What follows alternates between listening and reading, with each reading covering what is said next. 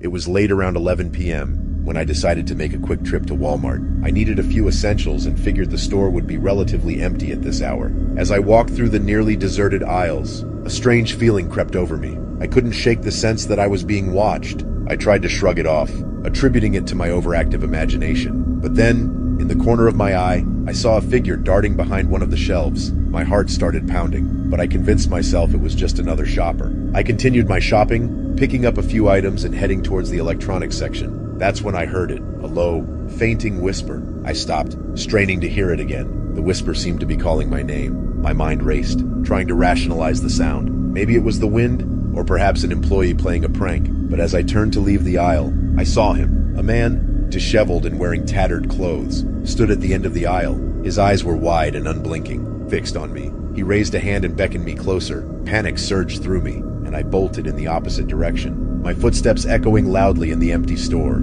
I made it to the front of the store, breathless and shaken. I glanced back, expecting to see the man following me, but he was gone. I quickly paid for my items and left, vowing never to shop at Walmart so late again. As I drove home, my phone buzzed with a notification. It was a message from an unknown number. "I'll be seeing you again," it read. My blood ran cold. How did he get my number? The next few days were a blur. I couldn't shake the memory of the man and his unsettling message. Every time my phone buzzed, I felt a jolt of fear. I tried to go about my daily routine, but the paranoia was consuming me. One night, about a week later, I was home alone. My roommate was out of town, and I was trying to relax with a movie. Suddenly, there was a loud knock at the door. My heart skipped a beat. I wasn't expecting anyone. I cautiously approached the door and looked through the peephole. There was no one there. I opened the door a crack, peering into the darkness outside. Still, no one. I closed the door and double-checked the locks. My phone buzzed again. Another message from the unknown number.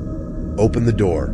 Fear gripped me. I called the police, explaining the situation as best I could. They arrived quickly and searched the area, but found nothing. They assured me it was probably just a prank, but I could tell they didn't believe their own words. The messages continued over the next few weeks. They were always vague, but threatening. "I see you. I'm closer than you think." Each one sent chills down my spine. I changed my number, hoping that would end it, but the messages persisted. One evening, I received a picture message. It was a photo of me, taken from outside my bedroom window. I recognized the curtains, the lamp, everything. My blood ran cold. I knew I had to move. I packed up my belongings and left that night, staying with a friend while I searched for a new place. Even after moving, I couldn't shake the feeling of being watched. I installed security cameras, changed my daily routines, and stayed alert. The messages eventually stopped, but the fear never left me. To this day, I have no explanation for what happened that night in Walmart or how the stalker found me, but I can't shake the feeling that he's still out there, watching, waiting for the right moment to strike again.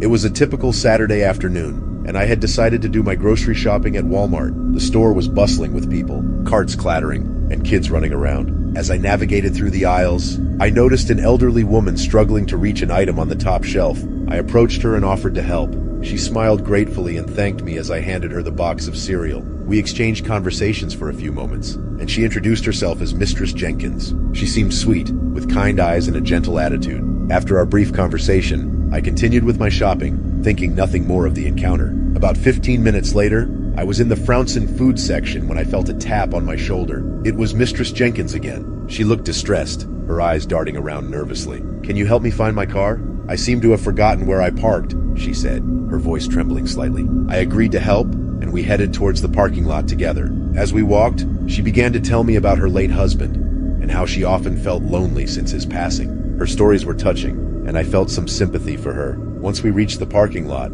we started searching for her car. After a few minutes of walking up and down the rows of parked cars, Mistress Jenkins suddenly stopped. Her face went pale, and she clutched my arm tightly. "There he is," she whispered, pointing towards a dark corner of the parking lot. I followed her gaze and saw a man standing there, partially obscured by the shadows. He was tall and wore a long coat, his face hidden under a hood. My instincts told me something was very wrong. "Who is that?" I asked, trying to keep my voice steady. "He's been following me," she replied, her voice barely audible. "I don't know who he is or what he wants, but he's been everywhere I go. I thought I lost him inside the store." My heart raced as I scanned the area, looking for help. The parking lot was eerily quiet, and there were no other shoppers in sight. I pulled out my phone to call the police, but before I could dial, the man started walking towards us. Mistress Jenkins' grip tightened, and I could feel her trembling. "Stay calm," I whispered, trying to keep my own fear in check. Let's walk back to the store and find someone who can help. We turned and began walking briskly towards the entrance. The man quickened his pace, closing the distance between us. Just as we reached the entrance, he shouted, "Mistress Jenkins, you can't run forever." Panic surged through me, but I managed to flag down a security guard near the entrance. I quickly explained the situation, and he escorted us inside while calling for backup. The man stopped at the entrance, glaring at us before disappearing into the parking lot. The police arrived shortly after and took our statements. They searched the area but found no trace of the man. Mistress Jenkins was shaken but grateful for my help. She told the police about the man's relentless stalking, but they had little to go on. As the officers escorted Mistress Jenkins to safety, she turned to me and said, "Thank you. I don't know what I would have done without you." The incident left me rattled, and I couldn't shake the feeling of unease that lingered long after. I never saw Mistress Jenkins again, but I often wonder if she's still being followed by that mysterious man. And every time I go to Walmart, I can't help but look over my shoulder, fearing that he might be lurking in the shadows, waiting for his next target. It was a typical weekday evening, and I was working my shift at Walmart. The store was fairly busy with people doing their shopping after work. I was stocking shelves in the canned goods aisle, going through the motions of my job. Suddenly, I heard a loud bang. At first, I thought it was something falling from a shelf, but then I heard another bang, followed by screams. My heart started racing as I realized what was happening.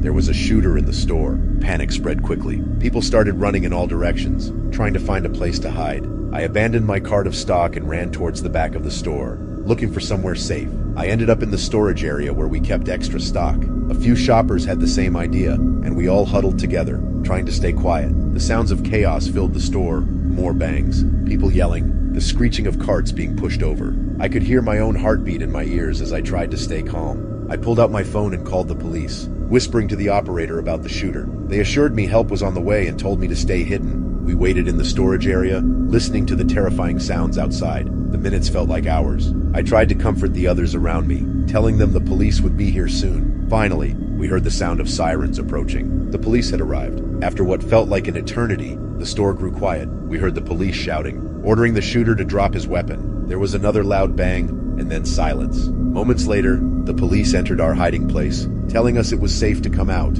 Shaking, we followed the officers out of the storage area. The store was a mess, with overturned carts and scattered items everywhere. The police led us outside, where we saw other employees and shoppers being checked by paramedics. The shooter had been taken into custody, and thankfully, no one was seriously hurt. The experience left me shaken. I couldn't believe something like this had happened at my workplace. It took me a long time to feel safe at work again. Even now, I sometimes get nervous when I hear loud noises, but I'm grateful that we all made it out okay. And I'll never forget the bravery of my coworkers and the police who saved us that night.